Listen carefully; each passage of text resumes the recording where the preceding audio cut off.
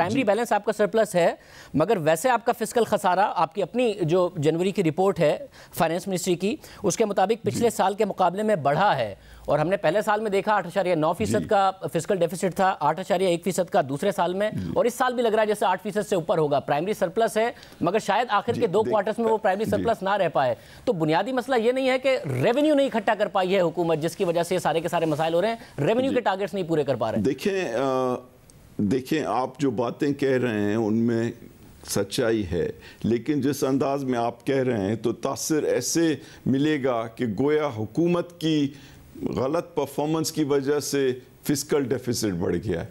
Fiscal deficits کے 2 حصے ہیں، ایک وہ جو حکومت کے اپنے اخراجات اور آمدنی ہے جس کو ہم پرائمری بیلنس کہتے ہیں، اور جس طرح میں نے کہا کہ وہ خسارے میں نہیں ہے، وہ سرپلس میں ہے۔ تو پھر سوال یہ اٹھ رہا ہے کہ ہمیں کیوں فسکل ڈیفیسٹ ہمارا نیگیٹو ہے، وہ کیوں ہے خسارے میں؟ اس کی فقط ایک وجہ ہے کہ ہمیں ماضی کے جو حکومتوں نے قرضے لیے ہیں اس کا سود دینا پڑ رہا ہے۔ اگر آج ہمیں ماضی کے قرضوں کے اوپر سود نہ دینا پڑے تو ہمارا جو ملک ہے وہ خسارے میں نہیں ہوگا، بیکاز یہی پرائمری بیلنس بتا رہا ہے جب وہ سرپلس میں ہوگا۔ آپ نے کہا کہ ہمیں جو انٹرسٹ پیمنٹ ہے اس کی وجہ سے بہت زیادہ ہٹ آئی ہے۔ ڈاکٹر صاحب، جب نون لیگ کی حکومت گئی تقریباً 6.6% کا فسکل خسارہ تھا، اسد عمر صاحب آئے، انہوں نے کہا ہم اس کو کنٹرول کریں گے، مگر وہ 8.9% ہو گیا۔ اب اس وقت جو آپ نے شرح سود رکھی ہوئی ہے وہ ہیڈ لائن انفلیشن سے نیچے رکھی ہوئی ہے، مگر اس وقت 13.25% تک شرح سود لے گئے، جس کی وجہ سے آپ کی انٹرسٹ کاسٹ بہت زیادہ بڑھ گئی اور آپ کے اوپر اور زیادہ برڈن آیا۔ تو جس طریقے سے وزیر اعظم کہتے ہیں کہ ہم IMF کے پروگرام میں جلدی چلے جانا چاہیے تھا اس وقت، ظاہر اس وقت آپ ٹیم کا حصہ نہیں تھے، اس وقت یہ 13.25% تک شرح سود کو لے جانا وہ بھی ایک غلطی نہیں تھی جس کی وجہ سے فسکل سائٹ پر آپ پر بہت زیادہ پریشر آیا؟ جی دیکھیں، اس کے اوپر مختلف رائے ہو سکتی ہیں، لیکن اس وقت جو بنیادی فوکس تھا وہ یہ تھا کہ ہمیں اکانومی کے اندر انفلیشن کو کنٹرول کرنے کے لیے انٹرسٹ ریٹ اسٹیٹ بینک نے مناسب سمجھا کہ اس کو زیادہ کرے،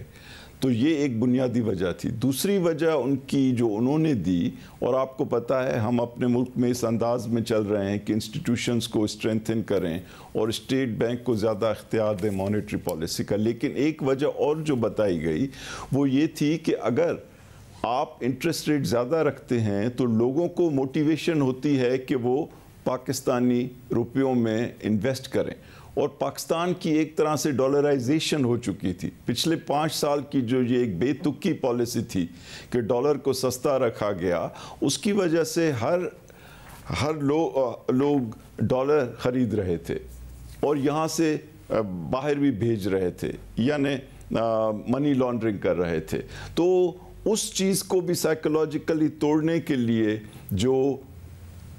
روپی کے اوپر ریٹرن تھا اس کو زیادہ رکھا گیا تاکہ لوگ روپیوں میں آ کے انویسٹ کریں، اور یہ ڈالر کی جو عادت پڑ گئی تھی اس سے ان کو ہٹایا جائے۔ ٹھیک ہے ڈاکٹر صاحب، ظاہر پھر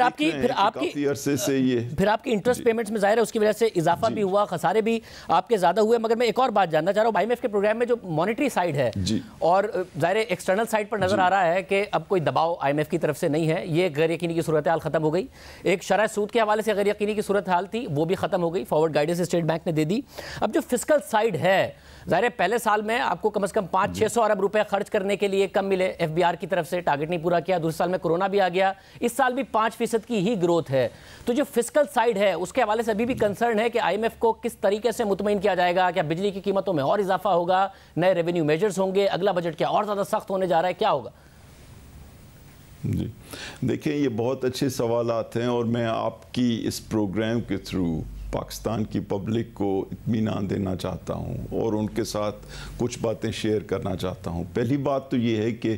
ہمارے IMF کے ساتھ بہت اچھے تعلقات ہیں اور ایک مستقل ان کے ساتھ ڈائیلاگ چل رہا ہے۔ دوسری چیز یہ کہ یہ جو اب ریویو ہونے جا رہا ہے، سیکنڈ ریویو، اس کے لیے بات چیت بہت ایڈوانس سٹیج کے اوپر ہے، اور جس طرح آپ نے کہا مانیٹری پالیسی سائیڈ کے اوپر اطمینان ہے ان کو، فسکل سائیڈ کے اوپر وہ دیکھ رہے ہیں کہ کتنی سختی سے ہم حکومتی اخراجات کو کم کر رہے ہیں۔ اس میں شاہ زیب صاحب دیکھیں، کوئی پچھلے 1.5 سال سے ہم نے اسٹیٹ بینک سے ٹکا بھی قرض نہیں لیا،